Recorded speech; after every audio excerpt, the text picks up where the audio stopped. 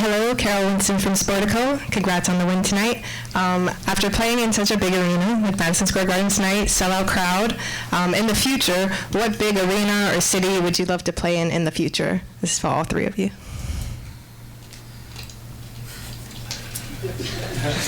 I'd love to play as many games right back here as possible. I think that'd be great.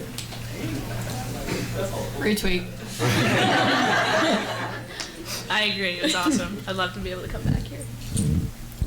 Johnny Lazarus, Daily Faceoff. First of all, congrats on the big win. I'm sure you had wished you scored earlier in the game, but there's this thing in New York, we call it the Garden Roar, where there's a lot of angst spilled up for a big moment, and I'm sure looking back now at the result, are you kind of happy it took a while to build up to that tying goal for you, Sarah, and have that Garden Roar that we all heard tonight?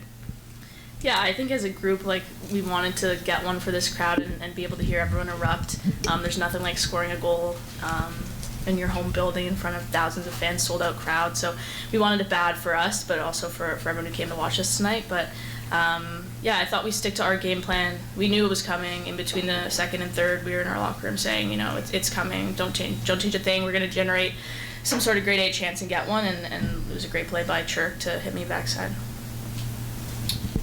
Peter Brown with The Athletic. For all of you guys, I guess you've played in a lot of different arenas with the Sirens. I'm curious, how big of a step is it as a market in New York to have a night like tonight where you have a sold-out crowd in the biggest arena in the city? Yeah, I think it's huge, honestly, and for us to have one of the lowest fan bases at Peru and play in front of those fans all year, to come here and have them sell out for us is something so special, and I know it's something I'll remember for the rest of my life, and I'm sure every single one of the girls in our locker room.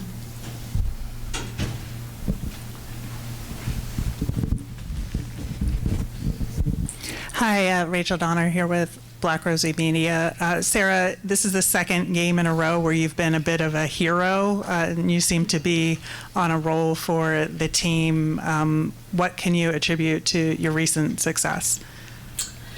Yeah, I mean, I don't know if there's anything specific. I've been trying to help our team win all year, and I feel like I've had so many good chances early on in this season, but haven't had the puck luck that I wanted, and it's nice when some go in, and I just feel like we're clicking as a team right now, and as a group, and all those goals that I've scored recently are off of great plays by my teammates, but you know, we're trying to push for playoffs, and we went in a bit of a skid after the Olympics, and I'm just trying to do everything I can to get us in a playoff spot. Julia from Jocks and Jills over here. I'm in the corner. Hi, guys. Kaylee, can you walk us through that one shootout save off the line? Yeah, I mean, great move, and honestly, I was just hoping it didn't fully cross, so looked back, and it was still on the goal line, so I might as well just pull it out. Did it feel like everything stopped for a second? No, felt like that puck was going to go in, so thank God it didn't.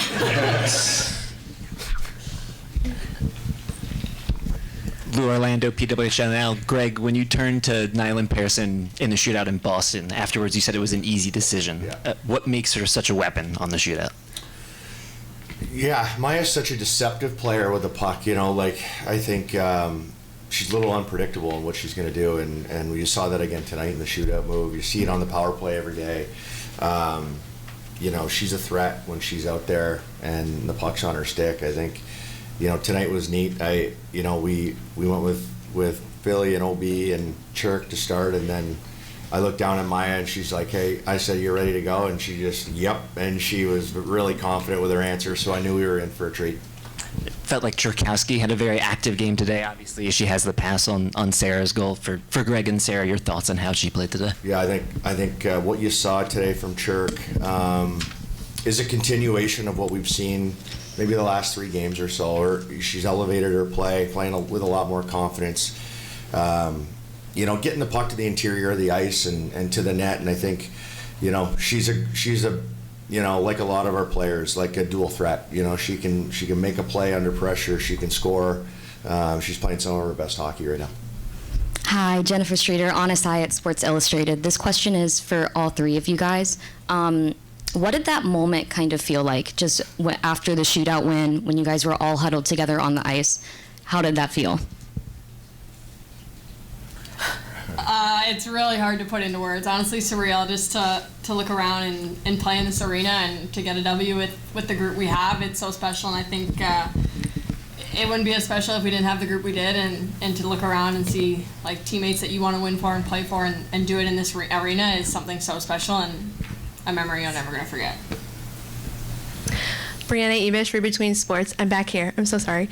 Kind of going off the moment and that idea, but did you guys have a, oh my God, I'm playing at Madison Square Garden moment? Like, was it skating onto the ice, looking up at the rafters? Did you have a moment about that? Just realizing how insane this game was? Yeah, I mean, for me, I think standing on the blue line during the anthem was, I've never been in a building like that during the anthem with the fans so engaged, like cheering for the Sirens mid-anthem, like, yeah, I had goosebumps, like, just looking up in the building, and it felt like the longest 5 minutes of my life. I was so excited for puck drop, but, yeah, I think there you have to take it in and enjoy the moment, and, it's bigger than the game happening. You're playing in the most iconic arena in the world in front of 8,000 fans, first PWHL game in New York City, and it's something our fans deserve, our team deserve, our staff deserve, and I think when I was on the blue line, I definitely got to be able to soak that in. Perry Sook, Pix 11 Sports. For both players, before the game, Billie Jean King called you pioneers of women's professional hockey. When you're on the table fighting for a playoff spot, do you ever in the season or a moment like this have a minute to sit and think about what you're doing for the sport? I think we got to practice here earlier in the week and take a team picture here, and I think that was a kind of a moment where it's like, wow, like we're really going to play a game at Madison Square Garden in New York City, and I think for me that was kind of like, wow, I think this is a huge step for women's hockey and women's sports. So I think that was kind of mine, just at practice, thinking, wow, we're gonna play here until this plays out. And a quick follow-up, when you're on the ice at MSG and you look up and see the banner, but you're also surrounded by 18,006 fans, which one's more jarring? The fans, probably. The fans.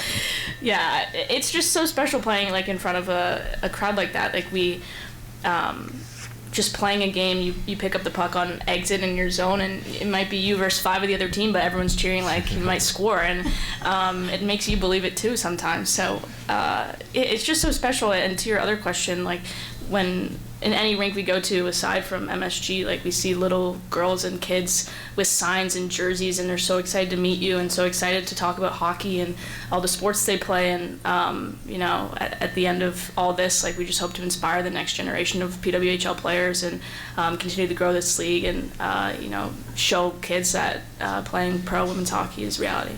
Thank you. Sorry. I'm next. Dan Rivera, Czech Women's Hockey Report. Moving ahead from the moment a little bit, 5 games left, 3 points away from the final playoff spot. Is there any change in the approach for the final games going down the stretch? No, not from my standpoint. I think, we've put together 2 pretty good efforts here the last couple games. We're gonna rinse and repeat what we really like. There's always areas to get better at, no matter where you're at in the season. So we'll take a look at it. We'll continue to squeeze some more out of this group as we go along, but everybody's pulling on the rope in the same direction right now, and it's a good feeling. It's a hungry group that wants to make some more history this year, so excited to see what we can do. Great, thank you. A couple more here, everyone.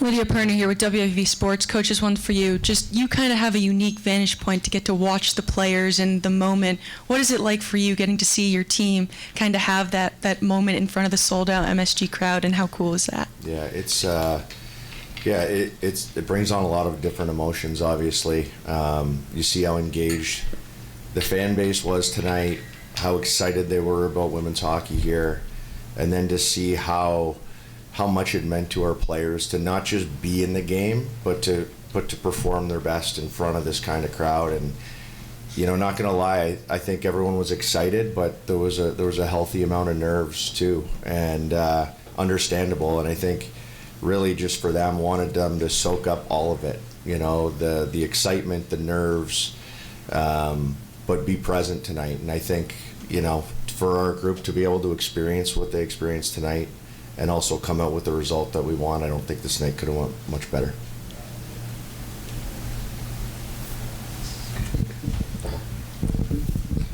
Thanks. Mike Murphy from the Nine Sports. Coach, looking around the league, no team gives rookies the sort of ice time the Sirens do, particularly rookie forwards, some big forwards out of the lineup. I was wondering, the transition game seemed to really be flowing today. How proud are you of the young forwards who are able to step up and fill the void from some big names out of the lineup? Yeah, I think that's been a story with our team, since day one this year. Is like we're a young group, and we knew there was going to be some kind of a learning curve for our group, and we're still going through that to a certain extent. But I'm really proud with how this team's developed over the course of the season. I know there's only 5 games left in the regular season, but it feels like we got a lot more to give, and we're not anywhere near done. So the forward group, the D group, and even in net, both Callie and Kaylee here have done a great job. So really proud of the development of the group and how we're coming along, and I think the best is yet to come. Final question here. TJ Tomesco on NJ Sports. Besides the 18,000 people, you guys had the likes of Billie Jean King, Robin Roberts, athletes from other sports. To have their support, what does it mean to you guys? It means the world. Like, you just can't put it into words to have all those people show up for us tonight and show their support for not only the Sirens but women's hockey. I think it's just a huge step for us and for everyone who plays and young girls that watch. I think it's just a huge step to see all those people supporting here tonight.